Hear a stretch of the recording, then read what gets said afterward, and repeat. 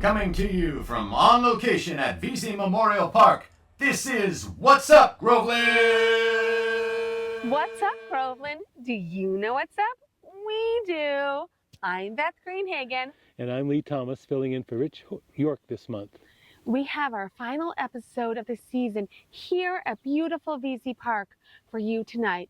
And then we're on hiatus for a few months. What do we have for news tonight, Lee? Well, Beth, there's a lot that happens every month in Groveland. Let's start with some big news. Groveland voters approved a new water treatment plant last year at the April 2025 town meeting. The cost was $44.6 million to be paid for by all Groveland water users.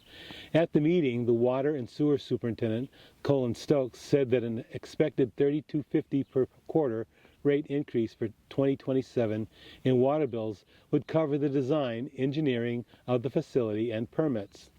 The project is funded with a 30-year loan.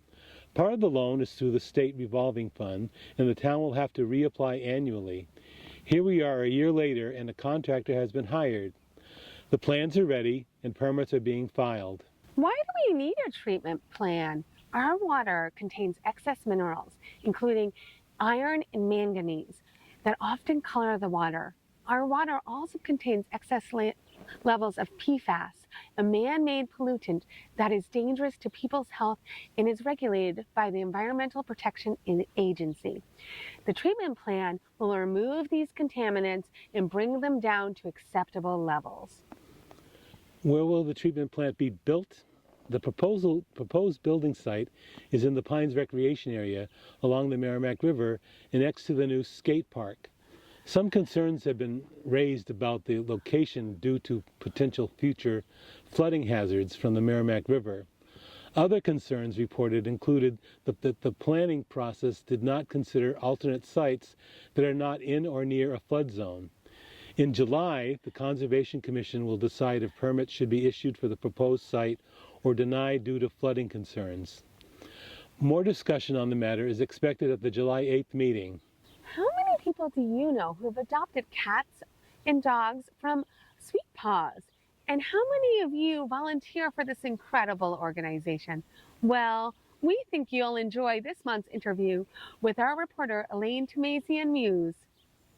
Hello and welcome to Groveland Community News. My name is Elaine Tamazian-Muse, and today we'll be learning about a nonprofit animal rescue right here in Groveland. If you do not know about this wonderful organization, be ready to be impressed with its mission and work. We will be speaking with Cynthia Sweet today. So thank you, Cynthia, for being a part of our program today. Thank you. I love your motto, which I read online, saving people one animal at a time. Let's begin with some history as to how and why Sweet Paws got started. Well, it was 2005. I had just finished my master's degree in intercultural relations, nothing to do with animals. And I landed my dream job at Northeastern in May, and then Hurricane Katrina hit at the end of August, beginning of September. I saw, you probably remember the dogs on roofs, you know, that were just stranded when the levees broke in New Orleans, and I had never done any shelter work, any rescue stuff. I was way more civic oriented. My mom was in the Peace Corps, so my whole background was Latin America doing human rights. And so I just saw this dog on a roof and I was like, I gotta go. And I had like maybe 4 hours of vacation accrued. And I told my boss, I have to go. And he said, okay, you know, you can go for a couple of days. And I ended up being there for a month. I almost got fired. But they took me back, and my life changed. And so I ended up working at Northeastern for 10 years and never stopped being a part of rescue during that entire time. And so that was 2005. In 2015, I left Northeastern and I started doing this full time. I couldn't do both. I was commuting into Boston, and it was a lot of work. Wow, big commitment. Yes. So talk about how Sweet Paws differs from other animal rescue organizations. Yep. So we're not an animal shelter. People always use the word, you know, tell me about your shelter. We are foster based. There are lots of different shelters in Massachusetts, New England, and lots of foster-based. So I don't ever want to open an animal shelter. I don't think that animals do well in shelter environments. I don't think it's sometimes a pleasant experience for families to go into animal shelters and see dogs behind kennels and, cats and, even if they're in like cage-free living. I really believe that an animal is going to be its best self in the home. So I will, I've been doing this for 20 years. So I really, really strongly believe that foster-based rescues are the wave of the future, if you will. What's amazing is that we have been able to sustain ourselves and exist for, I've been doing this for 20 years, but Sweet Paws started in 2011, so 15 years. We've been able to do this on strictly volunteers. We have 350 volunteers. So, and I think a lot of our success and why we differ is because I really try to make sure that the volunteers who come and participate and volunteer and are engaged actually have real insight to the actual rescue part, that they're not, so when the animals are in the building for 48 hours, they're not just coming to walk them, cleaning litter boxes, and going home. There's so much more in the organization that needs to be done. So I am very, very cognizant about making sure that everybody that actually really wants to get their hands dirty in real rescue is able to do so. Now we're fast forward 6 years out of COVID. So just the statistic that I said, because this is what really blows people away, and I say it like it's my elevator pitch. So pre-COVID, 97% of our animals were coming from Mississippi and Alabama. 97%. 3% were coming from Massachusetts. When I say coming from Massachusetts, owner surrender, elderly parent going into assisted living, we were just talking about that. We had a baby, we're moving, being deployed, divorce. Okay? Maybe once every 6 weeks we would get like a stray pit bull dumped in Mattapan, Lawrence, in some of the more socioeconomically depressed cities in the state. Now that we are 2026, 43 to 45% of our dogs are coming from Massachusetts. Yeah. And people say, is that because of COVID? It's not because of COVID and all of these people got dogs and now they're all returning them, because half the dogs that we're picking up are, 2-3 years old. It is a result of the cost of living. Yeah. The corporations are eating up mom and pop vet clinics, which I don't fault any veterinarian that can sell their clinic for $1 gazillion. But immediately when a corporation gobbles up a privately owned veterinary clinic, your prices go up 30% without any heads up, right? Mm-hmm. So now you've got 2 dogs and a cat, or 2 cats and a dog, and you're spending about $1,000 a year on all the vaccines, all the blah, blah, blah. Now that's just tripled. Okay.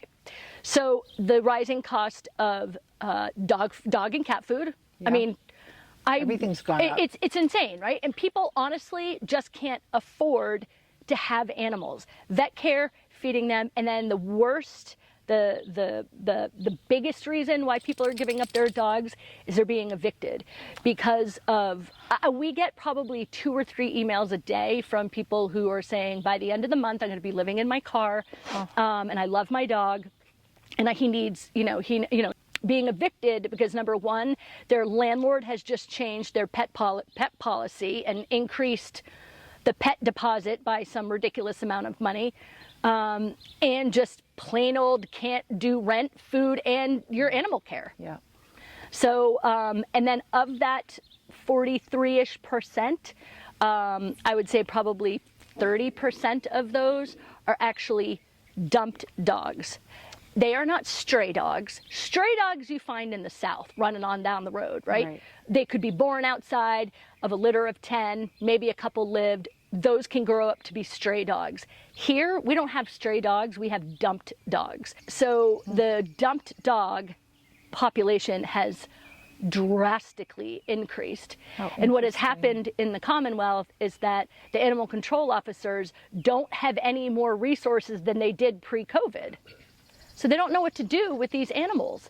They might have a kennel space for one dog, but if they take 3 dogs in one day, it's impossible, because we've never had this problem before. Right. And now we do. Well, you Yeah. certainly highlighted what's going on Yeah, I here. know, it's super sad, but It you know, is. we're trying to combat it.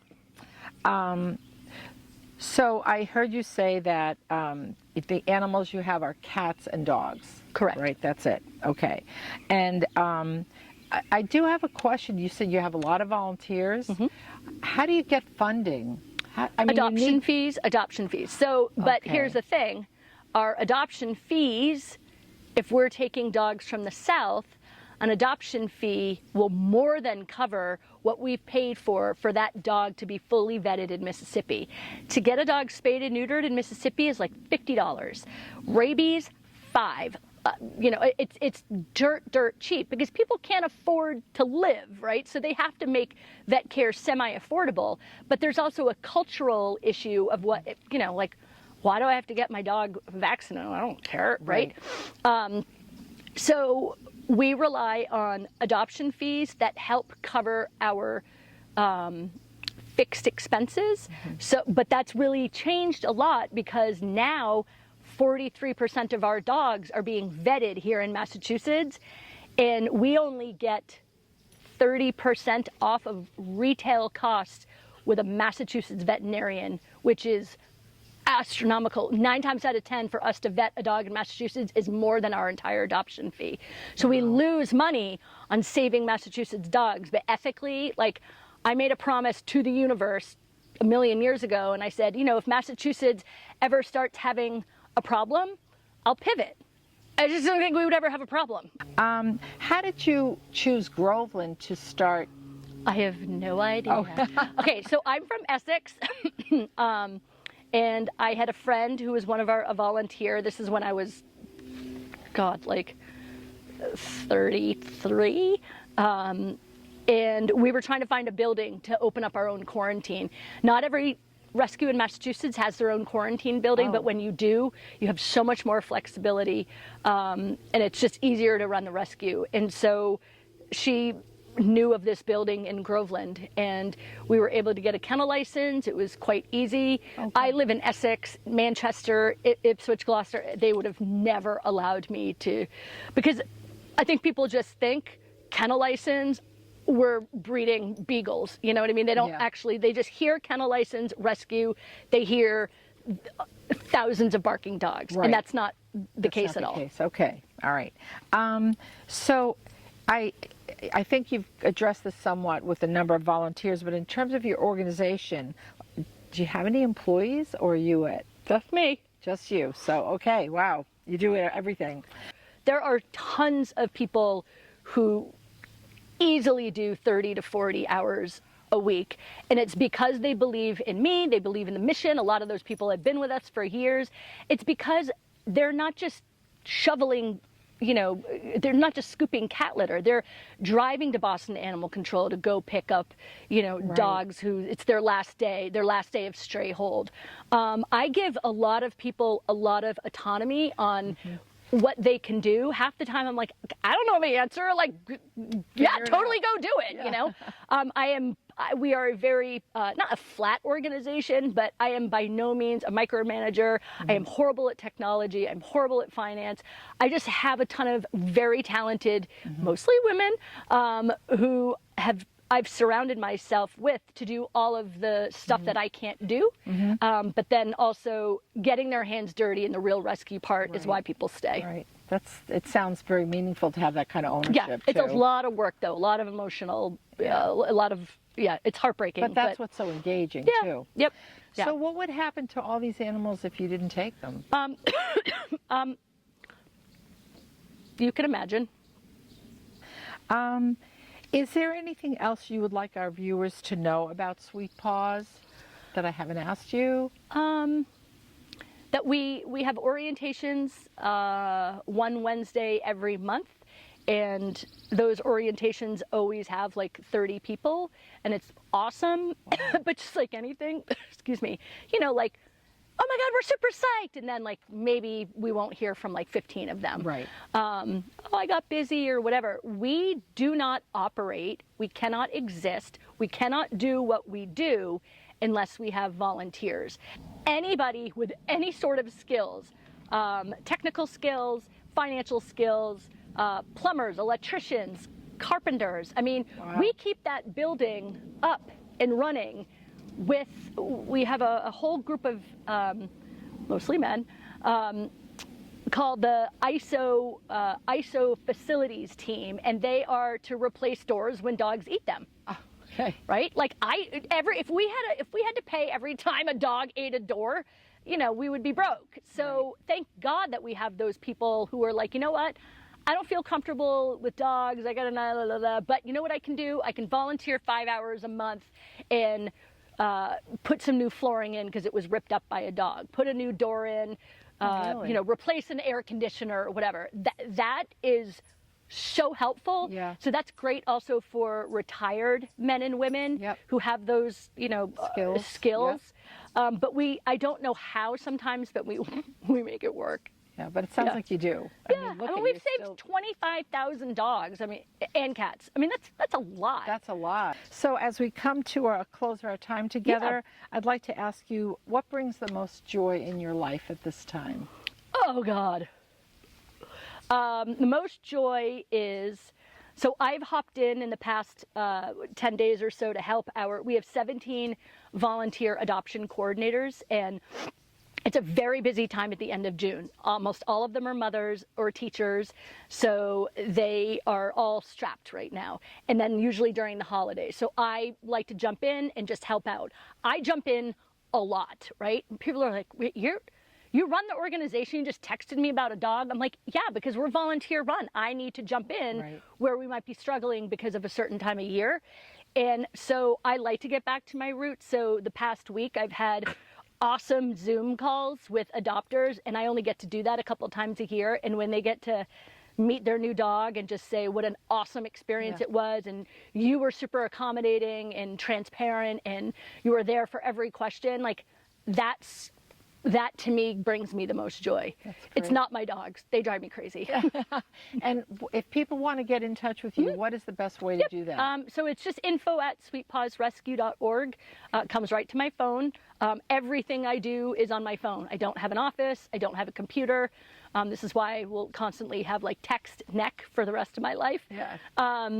So yeah, just shoot an email, and you know, I'm local. We love people from Haverhill and Groveland and Georgetown and West Newbury, because, you know, we can say, hey, we have somebody dropping off a donation. Can you pop down to our quarantine building? Right. Oh, that's the other thing. You had mentioned donations earlier, so I want to just underscore that. Yeah. What kind of donations are you looking for, other than, I would imagine, cash? A few $1,000,000 would be great. So if anybody just wants to leave a wad of cash outside of our door, that would be terrific. The one thing that we need is the certain type of dog food that we feed our animals. Wet food, dry food for both species. We have a specific kind. So we don't need anything that is not 100% needed for an animal. So it's really just dog food. Our dogs like Kongs, like the, you know, the thing. Dog food, and it doesn't even have to be our dog food.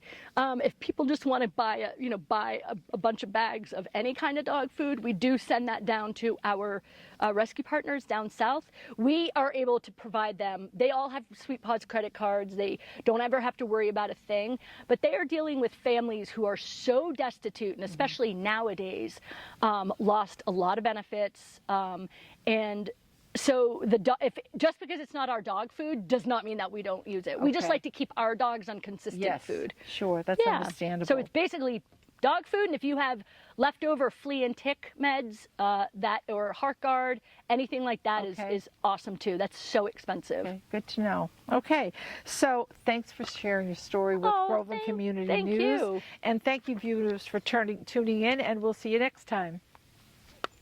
Thank you, Elaine and Cynthia. Several community preservation projects approved at our annual town meeting in May are set to begin in July. Two of the most notable are new bathrooms for Shanahan Field in Washington Park. The bathroom structures will be permitted and replace the porta-johns at the Washington Park and the outdated bathrooms at Shanahan Field. The new facilities will provide users with cleaner and safer toilets and will be maintained by the town. Requests for proposals will be available for vendors shortly. Another project is a continuation of planning for upgrades to Perry Park.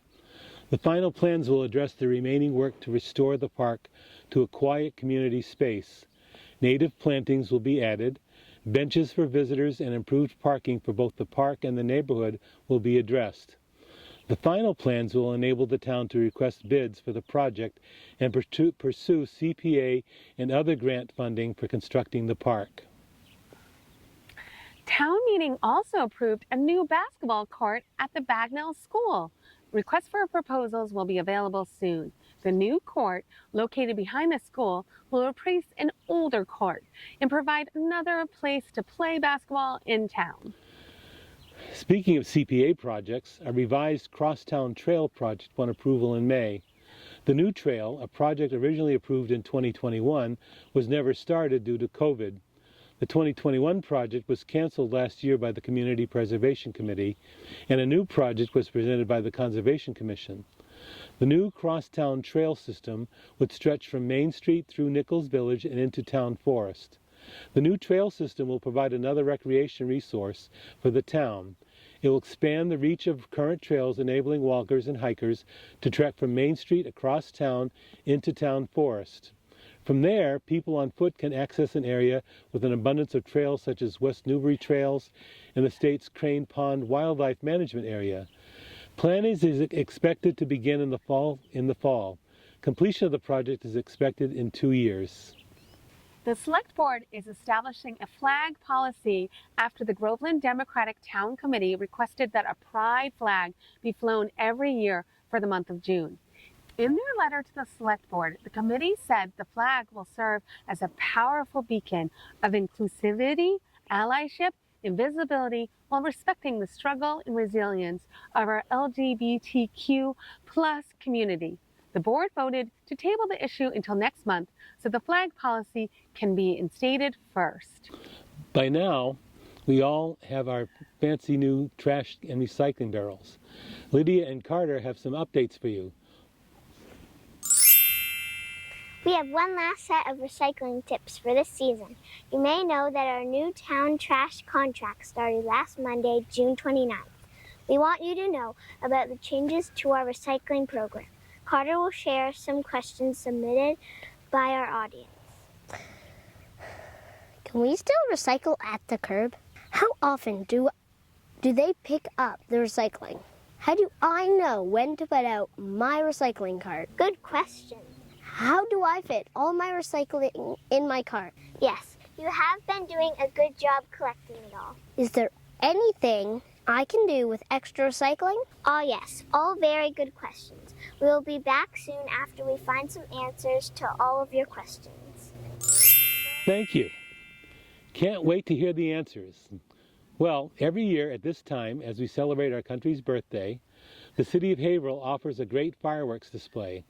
It's even visible from this side of the river. The Groveland Youth Soccer Organization came up with a new idea last year for opening Shanahan Field to view the fireworks.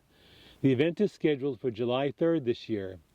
Groveland Youth Soccer will have a community celebration fundraiser to watch the Haverhill fireworks. They will sell prepackaged snacks, non-alcoholic drinks, and small 4th of July related merchandise, such as glow sticks. The event will run from 5 p.m. and end when the fireworks are done. This is a family-friendly event. Come and support youth soccer. The Conservation Commission discussed community trail parking at their June meeting.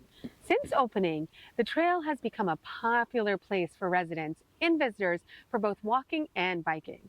Especially on weekends, parking is at a premium. A new lot was added in the town property next to the trail at the pumping station. The lot is small, however, it can only accommodate 6 vehicles. There's also no sign that indicates it's actually trail parking. but one will be added soon, according to the town administrator, Rebecca Oldham. Trail users have been parking on Main Street next to the trail entrance, which is not safe and located directly next to the wetland. The board debated alternatives and decided to expand the new lot to add more spaces and a sidewalk from the lot to the trailhead. Until more spots can be added, the safest thing to do is park at Shanahan Field if the lot is full.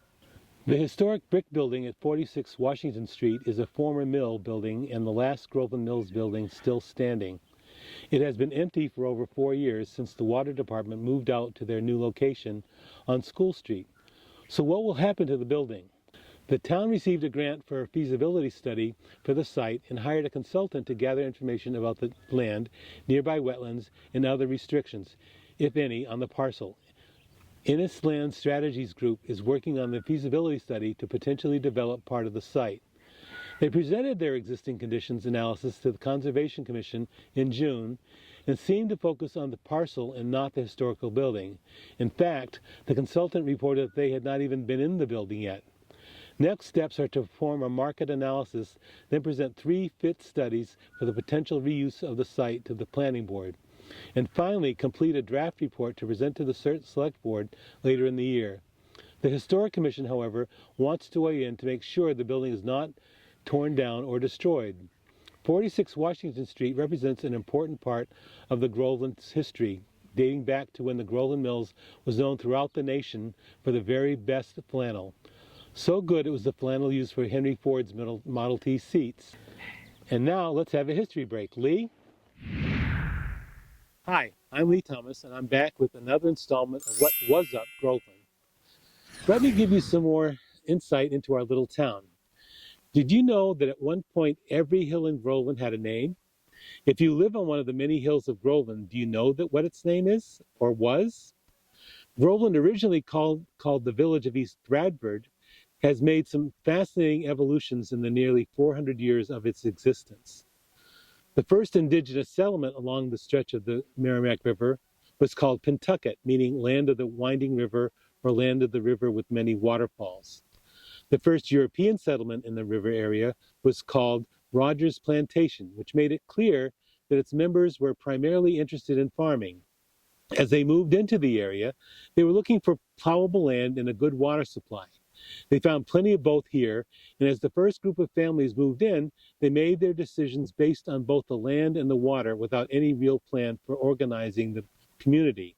Because they had moved inland from Salem, Massachusetts, the first road they created was Salem Street, so they could be sure of a clear path from the river to Raleigh to Salem. Most of the farmable land in the area was close to the river. They called this area the Plains, so the next travel way they established was along the river, and they called it Main Street. The longest road they created, which still is the longest in Groveland, they called County Road because it connected one end of the county with the other. They later changed the name to Center Street. Now, to connect these 3 routes, they planned a road that would lead to the river. The main farmer on this road was a man named Philip Hardy, who for a variety of reasons was called King Philip. So this became known as King Street. At one time, the village found it necessary to place gates at regular intervals on King Street because as grass began to grow in the space between the ruts made by wagon wheels, it attracted cows that blocked traffic.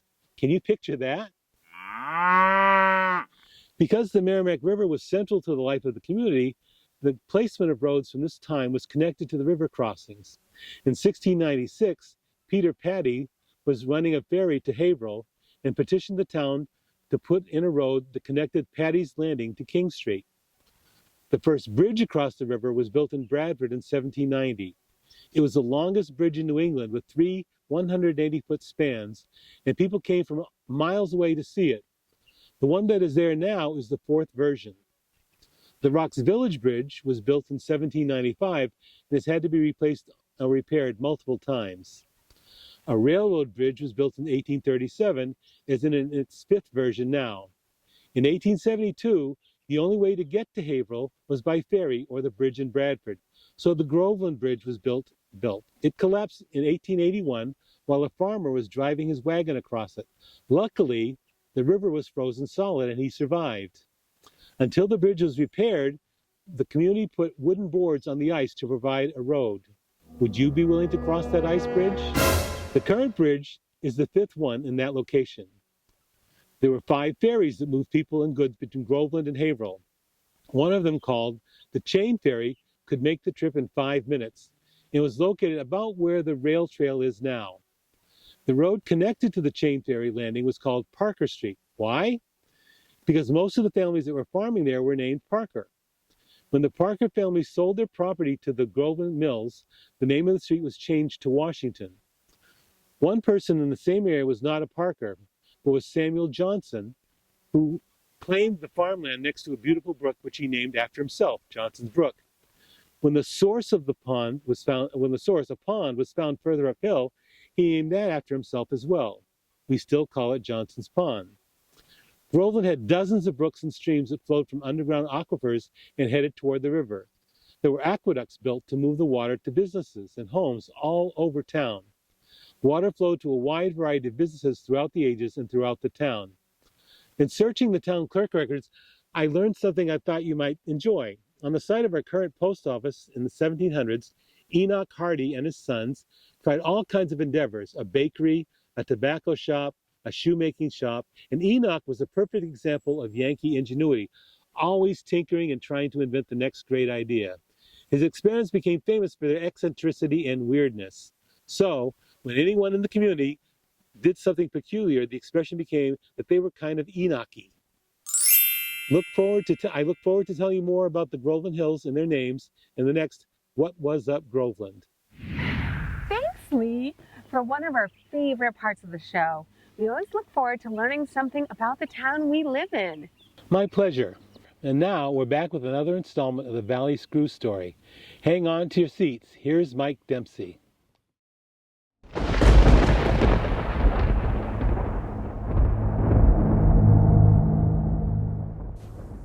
Thanks, Lee. Last year, we featured a story about the former Valley Manufacturing Products facility at 64 Washington Street, locally known as Valley Screw. The facility stopped production in the 1990s and eventually was abandoned. The company still owns the site and the building. The site and surrounding properties were the subject of a Superfund cleanup by the Environmental Protection Agency. As we reported, the owners of the company allowed hazardous waste and organic chemicals to regularly be dumped into the ground rather than be disposed of properly. These actions risked the health of nearby residents. Part one of our story ended when the EPA took over the cleanup.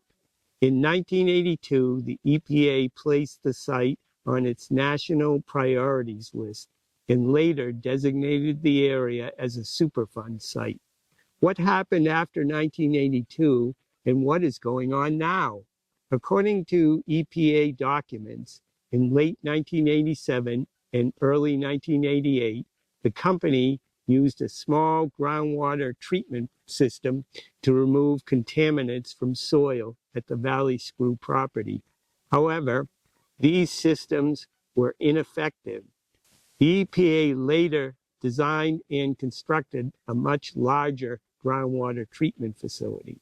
The facility, built on the Archdiocese of Boston property, located at 62 Washington Street, began operation in April of 2000, with the EPA overseeing operation until 2011, when the Massachusetts Department of Environmental Protection, or Mass DEP, assumed control.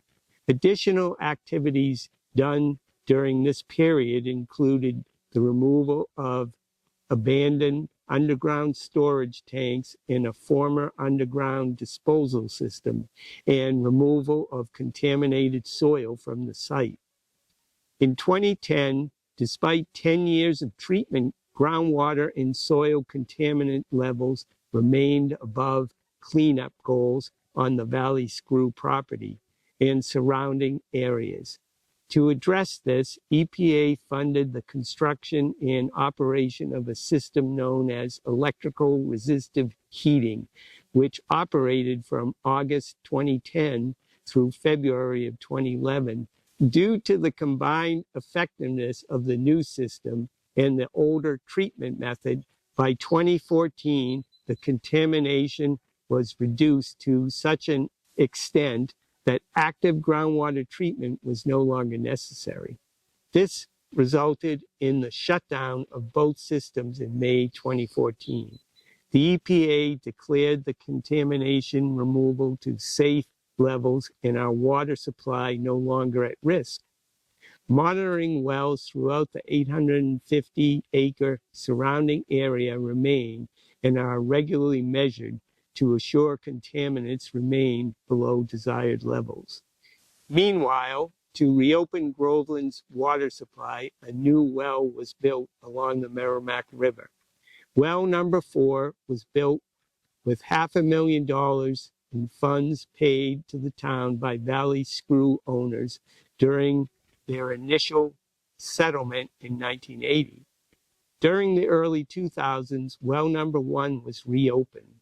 This was after careful monitoring by EPA, a new filtration system at the well, and regularly testing for hazardous chemicals in the water.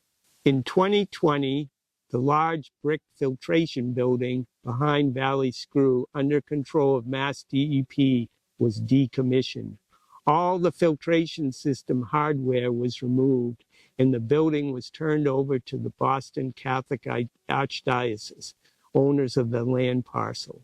The Valley Screw building itself continues to sit abandoned and slowly falling apart after 44 years. We are left with still more questions, aren't we, Groveland? What will happen to that building and the brick filtration building? How about the surrounding land with the restrictions placed on it by EPA? We will try to get those answers for our next segment. Stay tuned. Let's get to those answers from Lydia and Carter. Welcome back. Let's get some answers, Carter. Okay, tell me. Can we still recycle at the curb? How often can we recycle? And how do I know when to put out my recycling cart? Yes, our new trash company will pick up your green recycling cart every 2 weeks. Place your cart at the end of your driveway on the dates noted in the mailer you should have received. You can also look it up on the town website. And how do I fit all my recycling in my cart? One tip is to crush things like plastic milk jugs, food containers, and even cans. Is there anything I can do with extra recycling? If you are recycling cardboard from delivery boxes and need more room, you can take the extra cardboard to the back of the central fire station and place it in the special cardboard dumpster. And we want to thank all Groveland residents for helping to keep the trash costs low and making the world a cleaner place. Remember, keep recycling! Rock, paper, scissors, stone! Thank you for keeping us on our toes, Lydia and Carter. So helpful. We heard the concern from many Grovelanders last year that turtles and other wildlife weren't making it all the way across roadways without being hit. A river otter was killed on Salem Street last spring, prompting the highway department to install wildlife crossing signs in the area next to the dam. Folks, in cooperation with the highway department, GCN also had yard signs made for high traffic areas for wildlife. Do you want one? Reach out to us and please give our wildlife a break. Beth, we have more wildlife news. This past week, the Massachusetts House of Representatives failed to include Amendment Number 10 in their Mass Ready Act. The amendment would phase out the use of anticoagulant rodenticides statewide. It was not included after intense lobbying for the pesticide industry. 100 Massachusetts organizations, including Harvard Law, Tufts Veterinary School, and Tufts Wildlife Clinic, the MSPCA, Mass Audubon, and every wildlife rehabilitator in the state have worked for years to protect our wildlife from the consequences of poisoning rodents. This has become an environmental emergency, resulting in entire families of owls, hawks, eagles, foxes, coyotes, and other predators dying from ingesting poisoned rodents. Even when they don't die outright, mammals develop mange when their immune systems are continuously bombarded, and raptors lose their lightning-fast reflexes, causing them to hit cars and buildings in pursuit of prey. You can help by reaching out to Representative Adrian Ramos and Senator Bruce Tarr. Let them know that the world around us is more important than the pesticide industry. The House and Senate are now hammering out a final version of the bill. 72% of Massachusetts residents also agreed with State Auditor Diana DeZoglio and voted for more transparency from legislators. We are disappointed to tell you that because of the amendment failed in committee, we will never know how it went down. Nothing should happen in secret in our government. Agreed, Beth. And now, a question for our viewers. Do you enjoy gardening? Would you like to make new friends and spend outside time at VZ Park? Want to learn more about our Miyawaki Forest and work with master gardeners? Diane Plantamura is looking for volunteers. Reach out to her at the friendsofvzpark.org contact page. And that's it. We hope you enjoyed the show. Thank you for joining us. We look forward to bringing you more news in the fall. As always, you can find us at Facebook and often in the Town Common, a free regional newspaper on YouTube with Groveland TV, and on repeat on channels 22 and high def on 1072. Got a tip? Email us at whatsupgroveland@gmail.com. We already have story ideas for this fall. See you after the break. Thanks, guys. Okay, do the Beth Greenhagen Rich York. Oh, okay. I do Rich York though. Okay. What's up, Groveland? Do you know what's up? We do. I'm Beth Greenhagen. And I'm Rich York. Today we got the hot gossip.